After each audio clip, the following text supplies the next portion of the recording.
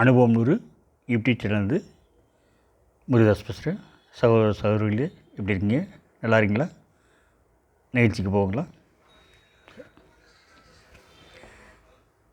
பெரியோர்களின் அது நம்மளுடைய நலம் விரும்பிகளின் சொற்பேச்சு கேளாமை. ஓகே, பெரியவங்க சொல்லபடி சில விஷயத்தை நடந்துக்கவே இல்லை. அது சில நிகழ்ச்சிகள். ஃபஸ்ட்டு எங்கள் அப்பா கற்கை நின்றே பிச்சை பூவினும் கற்கை நன்றே இன்னும் பாடியிருக்காங்க இல்லையா? ஸோ எங்கள் அப்பாட்ட ஒரு நல்ல குணம் இருந்ததுங்க. எவ்வளோ கஷ்டப்பட்டாலும் குழந்தைங்க எல்லாத்தையும் படிக்க வச்சிடணும் அப்படின்ற ஒரு நல்ல எண்ணம் இது. ஏன்னா அவரே ஒரு ஆசிரியராக இருந்தார்.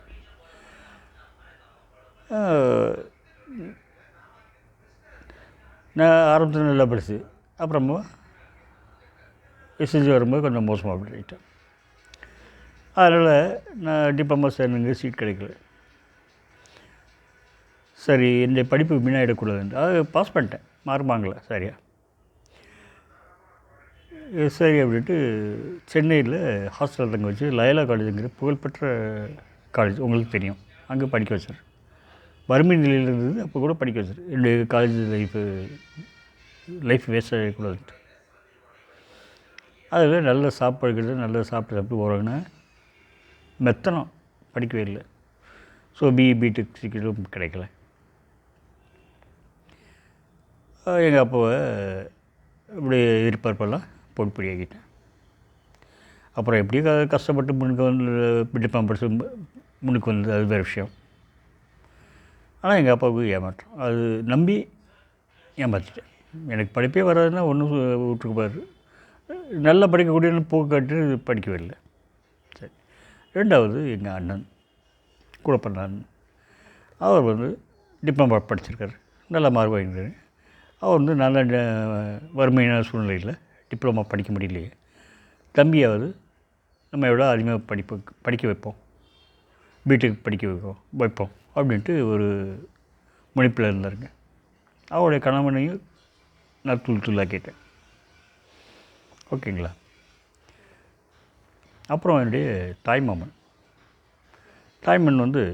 நல்ல அறிவு இருந்தோம், படிக்க முடியலைங்க. குடும்ப சூழ்நிலை, 12 குழந்தைகளுக்கு மூத்தவர், அதனால் குடும்ப சூழ்நிலை வேலைக்கு போக வேண்டிய சூழ்நிலை, படிக்க முடியல. அவர் என் மேலே தனியாக்கிறார் இருப்பார். நல்லா படிக்கக்கூடிய பையன் படிக்கிறான் அப்படின்ட்டு. நான் ஒவ்வொரு முறையும் படித்து இப்போ ஒவ்வொரு கிளாஸும் பாஸ் பண்ணுவேன், ஒரு கிஃப்ட்டு கொடுப்பார், பெரியம்மா கொடுப்பார். எனக்கு 6 மாமனுங்க. 6 மாமனில் அவர் பெரியவர் ரொம்ப தனியாக பாசமாக இருப்பார். அவர் அடிக்கடி சொல்வார், எஸ்எல்சி நல்லா படித்து தினத்தி கொடுக்குற தமிழ்நாட்டிலே முதல் மாணவன் வரவங்களுக்கு பரிசு கொடுப்பாங்கடா, அந்த பரிசு நீ வாங்கணும் அப்படின்பார். அது எவ்வளோ பெரிய விஷயம். தமிழகத்தில் கஷ்டம், அது ரொம்ப கஷ்டம் இல்லையா? ஒருத்தங்களுக்கு புத்தி கெப்பாசிட்டி இருக்குது. அட்லீஸ்ட் நான் அவர் சொன்னதை கேட்டுட்டு படிச்சிருந்தேன்னா தமிழ்நாடு அளவில் விடுங்க, மாவட்ட அளவில் ரேங்க் ஹோல்டராக வந்துருக்கலாம். அந்த கெப்பாசிட்டி எனக்கு இருந்தது. பட் நான் அதை பண்ணலை. அவருடைய சொன்ன பேச்சையே ஒரு பொருட்டாக எடுத்துக்கல. என்னுடைய தாத்தா இருப்பார், தாய்வழி தாத்தா. நாங்கள் குடும்பத்தொழில் நெசவு தொழில். அதில் உரிய கீழே உள்ள நூல் எல்லாம் தனியாக சேர்த்து வேஸ்ட்டை விற்றோம்னா எடை போட்டு பணம் தருவாங்க. ஆனால் நான் என்ன பண்ணுவேன், அந்த வேஸ்ட்டெல்லாம் சுற்றி பந்து மாதிரி சுற்றி பந்து விளையாட்டு மாதிரி விளையாடுவேன். அவர் கண்டிப்பார். அந்த கண்டிப்பெல்லாம் நான் கண்டுக்கவே மாட்டேங்க. ஆனால் அப்புறம் பெரிய நாயகி வேலைக்கு போகும்போது, பெரிய பதவிகளை வரும்போது தான் அவர் சொன்ன அந்த கருத்து புரிஞ்சதுங்க. அடுத்து எங்கள் பாட்டி, தாய்வழி பாட்டி, அவங்க சொல்லுவாங்க, ஏதாவது ஒரு கைத்தொழிலை கற்றுக்கோ, கைத்தொழில் கற்றுக்கிட்டா எப்போயுமே கற்றுக்கிட்டவங்க எப்போயும் மோசம் போனதில்லை அப்படின்பாங்க. அவங்க சொன்ன அர்த்தம் அந்த ஏஜில் புரியவே இல்லைங்க. அது நெசவு கற்றுக்க சொன்னாங்க, அந்த ஏஜில் புரியவே இல்லைங்க. அப்புறம் இப்போ புரியுது அவங்க சொன்ன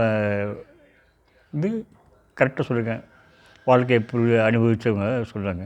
அந்த இதை வந்து மிஸ் பண்ணிட்டேன். அப்புறம் மும்பை போயிட்டு பாட்டம் டிப்ளமோ படிச்சுட்டு ஒரு மில்லில் வந்து சூப்பர்வைசர் வேலை பார்த்துருந்தேன். கூட வந்த சக அதிகாரி ஒருவர் என் மேலே கொஞ்சம் பாசமாக இருப்பார், என்னுடைய நலம் விரும்பிங்க. அவர் அன்பாக சொன்னார், சீனியர்,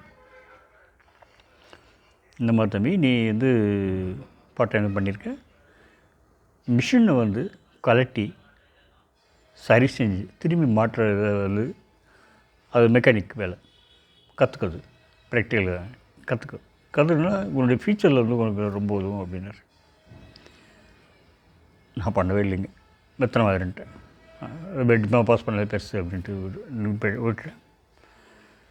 அப்புறம் கொஞ்சம் கஷ்டப்பட்டு இன்னொரு பெரிய மில்லில் வந்து வேலை பார்த்தேன். பொதுவாக எங்கள் டெக்ஸ்டைலில் பார்த்திங்கன்னா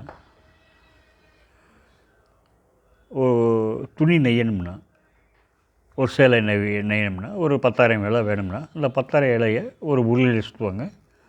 அப்புறம் அதை வந்து நெசவு நெய்வாங்க. அந்த உருளையில் அந்த நூல் காலியான பிறகு இன்னொரு புது உருளையை போட்டு அந்த 10,000 இலையும் இந்த 10,000 இலையும் முடிச்சு போட்டு பண்ணுவாங்க. அந்த காலத்தில் வந்து கையில் இதே முடிச்சு போட்டுருந்தாங்க, இல்லைன்னா கையில் பண்ணி செஞ்சுருந்தாங்க.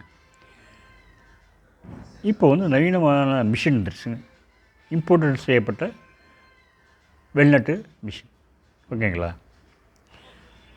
அது வந்து இங்கே தமிழகத்தில் இருக்கிற மில்லில் பார்த்திங்கன்னா 2 மிஷின் இல்லைன்னா 3 மிஷின் இருக்கும். சின்ன மில்லாக இருந்தால் ஒரு மிஷின் தான் இருக்கும். நான் மும்பையில் வேலை பார்த்த மில்லு வந்து பெரிய மில்லுங்க, அதனால் ஒரு 50 மிஷின் இருக்கும். இந்த 50 மிஷின் இருக்குல்ல, வெளியிலேருந்து ஆள் கூட்டி வந்து வேலை பார்க்குறது வந்து கட்டுப்படி ஆகாது. அதனால் என்ன பண்ணால் அது ஒரு டிபார்ட்மெண்ட்டே க்ரியேட் பண்ணிட்டு அது பேர் வார்ப் டையிங் மிஷின் இல்லைன்னா நாட்டிங் மிஷின். அது சின்னதாக இருக்கும், ஒரு சின்ன காட்டன் பாக்ஸில் வச்சுட்டு போகலாம், அந்த மாதிரி இருக்கும். ஆனால் ரொம்ப காஸ்ட்லியான மிஷின். அந்த மிஷின் ரிப்பேர் பண்ணுறதுக்கு ஒரு டிபார்ட்மெண்ட் ஏற்படுத்தி அதனோட டிபார்ட்மெண்ட் ஹெச்ஓடி போட்டிருந்தாங்க. அந்த ஹெச்ஓடி வந்து ஒரு தமிழ்காரருங்க. என் மேலே நல்லா பாசமாக இருப்பார், அன்பாக இருப்பார். அவர் வந்து அடிக்கடி சொல்வார், தம்பி நீ ஓய்வு நேரத்தில் வந்து என் டிபார்ட்மெண்ட்டு வா, நான் உனக்கு எப்படி கலட்டி மாட்டி இதை ரிப்பேர் தான் சரி பண்ணுறதுன்னு சொல்லித்தரேன் அப்படின்னாரு. ரொம்ப வாஞ்சையாக கூப்பிட்டார். எதை யாருடைய பேச்சையும் கேட்கக்கூடாது அப்படிங்கிற ஒரு மென்டாலிட்டி இருந்தது. அது நான் படித்து பாஸ் பண்ண பெரிய விஷயம் அப்படின்னு நினச்சி மனசில் இருந்தது. ஸோ வந்து கேட்கல. அது அந்த வேலையை கற்றுக்கிட்டவங்க வந்து இப்போ வந்து பார்த்திங்கன்னா நம்ம தமிழகத்தில் ரொம்ப டிமாண்டுங்க. நல்ல ஒரு வாய்ப்பை நான் இப்போ பயன்படுத்த மிஸ் பண்ணிட்டேன்.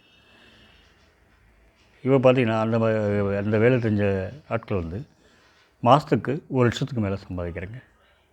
எங்கேயும் ஊருக்கெல்லாம் போக மாட்டேங்க, வீட்டிலே ஒரு ஆஃபீஸ் வச்சுக்கிட்டோம், வீட்டுக்கு கொண்டு வந்து கொடுத்துருவாங்க. தமிழ்நாட்டில் எங்கே இருந்தாலும் சரி காரில் இல்லை வேலையில் கொண்டு வந்து வீட்டுக்கு கொடுத்துருவாங்க. 2-3 நாள் கழிச்சு வாங்கிட்டு வருவாங்க. கேட்குற ஃபீஸ் கொடுத்துருவாங்க.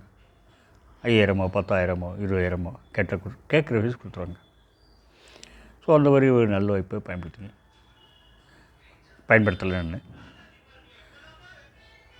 பயன்படுத்தி இன்னும் என்னுடைய வாழ்க்கையில் நான் செஞ்சிருப்பேன்னு நினைக்கிறேன். எல்லா பாயிண்ட்டும் இப்போ தான் வந்து என்னென்ன பாயிண்ட்டு மிஸ் பண்ணியிருக்கோம் அப்படின்னு புரியுதுங்க. நன்றி, வணக்கம்.